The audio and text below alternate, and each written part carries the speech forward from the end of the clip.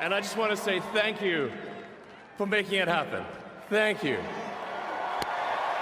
Whether or not he meant to do that, you have to admit it's literally perfect form. Elon Musk and Donald Trump have had a crazy past 48 hours. Trump launched a meme coin that went to a $72 billion market cap at its all-time high, and then dropped 50% within 20 minutes after his wife announced she was launching a meme coin. Everyone panic sold because they thought Melania was next up. She hasn't even divorced him yet, she took half his money. I don't have no hope at all. I'm behind in every category. I'm fucking poor, retarded, and lonely. I saw a stat that said there were over 500 new millionaires created that night from the project. Guys who got in at the exact right time after Trump tweeted the announcement. It is complete madness. Now, people bought back in to see what would happen at his inauguration speech if he would name drop the coin or even just say the word crypto. If this guy says any of like the 50 words regarding cryptocurrency and people make money, it's how this works. Anyway, later that day, Elon Musk decided to do something that would make him the center of much controversy. While giving a speech, he decided to do a gesture that resembled the Hitler salute, and people lost their fucking minds. And I just want to say thank you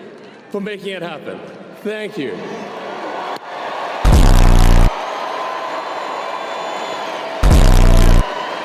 My heart goes out to you.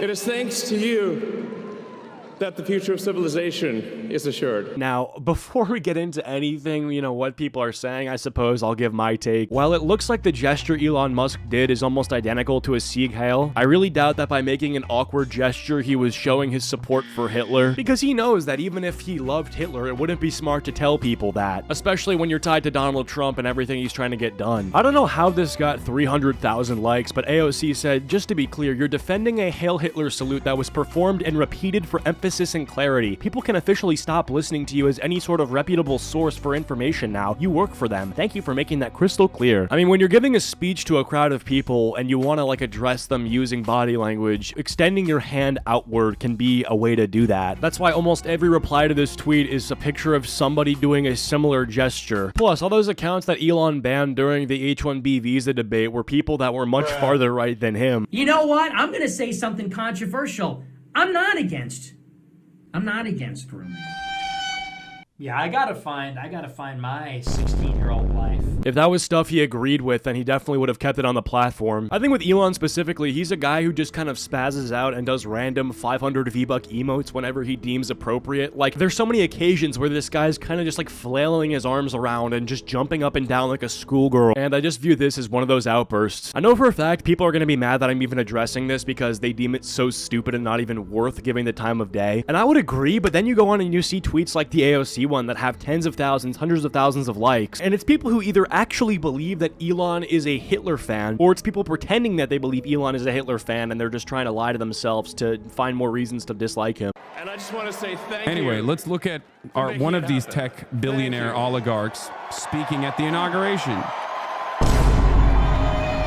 Speaking of billionaires, Mark Zuckerberg decided to further prove that he's no longer a lizard by glancing at some breasts during the inauguration. He caught a quick peek of I think that's Jeff Bezos' wife, and then quickly looked back up and smiled. This dude went from a total SJW to a total frat bro, and I guess we'll see what he does with that. I am proud to announce that Meta is going to make Facebook exclusively an app for AI-generated slop, so all of you boomers can enjoy looking at the visual equivalent of a brain hemorrhage. Barron Trump walked around completely height-mogging every single person in the inauguration room. He's, I think, 6'7" or something. People keep saying that it's wasted potential because he's not playing basketball, but I think this is one of the rare occasions where becoming a multi-centi-million-dollar contracted NBA athlete would actually be a downgrade from his current situation. Also, imagine the amount of players that would foul him just because they don't fuck with Trump. First day on the court, his leg's fucking broken, 100%. His father also credited him with his victory by saying that he helped him decide what podcasts and streams to go on.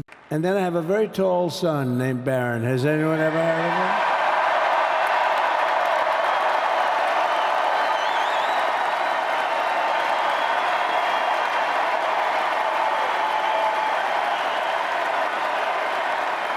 him? He knew the youth vote. You know, we won the youth vote by 36 points.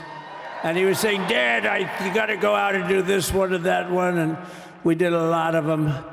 And he respects them all. He understood them very well. And he said, Dad, you got to go out, do Joe Rogan, do all these guys. And we did. We did, and Joe Rogan was great. They were all great, right? He really does seem like just a normal kid. Guy watches Nelk Boys, Aiden Ross, and Theo Vaughn. He also wipes his ass and shits and pisses as well. I thought I would remind you of that because I see people on Twitter acting like he's a fucking god. Like, I won't lie to you, he has aura, but the level of glazing I see from people on Twitter for this kid, it's almost as bad as when these fucking preteens were simping over Justin Bieber in the early 2010s and would have like posters of him on their wall. Same shit with like 2021 Minecraft YouTube, all those Dream fans. Shit is crazy. Now, getting down to what Trump actually accomplished on day 0, let's talk about it. This dude was grinding executive orders, like just boom, boom, boom, sign, sign, sign. Donald Trump has signed an executive order to withdraw the United States from the World Health Organization, and someone quote tweeted saying, "Can someone tell me how this is good?" Someone replied to that saying, "We get benefits. You're too stupid to go find out which ones. They've eliminated multiple viruses that would still be here if we weren't with them." I know literally nothing about this, so comment section, is this good or bad? Trump's border czar Tom Homan says deportation raids have begun, which is a completely harmless process of kindly requesting that illegal immigrants walk back to where they came from, and if they refuse, then, you know, they just get to stay. It's more of a suggestion than anything, surely. Well, come on inside and get yourself something cool to drink. What would a person have to do to get a visit from ICE? For it to be in the country illegally, first of all, I mean, there's nothing in the immigration law that says you got to be convicted of a serious crime to be removed under the INA. So if you're in the country illegally, ICE can visit you. But right now, as we said repeatedly, and the President Trump's been clear, we're concentrating on the worst first, the public safety threats, the national security threats. And just yesterday, in the last 24 hours, ICE arrested over 308 serious criminals. Some of them were murderers. Some of them were rapists. Some of them raped a child. Some were sexual assault of a child. So ICE is doing their job, and they're prioritizing just as the president said they would. So the ICE is performing excellent right now out in the field, and they're going to continue every day. Trump also decided to pardon the January 6ers, which, thank God, bro. I mean, I thought I was seriously going to go to jail, you know? I mean, the Viking costume was uncomfortable, but I thought I looked good in it. But I'll tell you what does feel good, knowing that I'm going to be free now. So, same time next year, guys, Trump announced in his inauguration speech that the United States will only be recognizing 2 genders, male and female. Policy of the United States government that there are only 2 genders, male and female.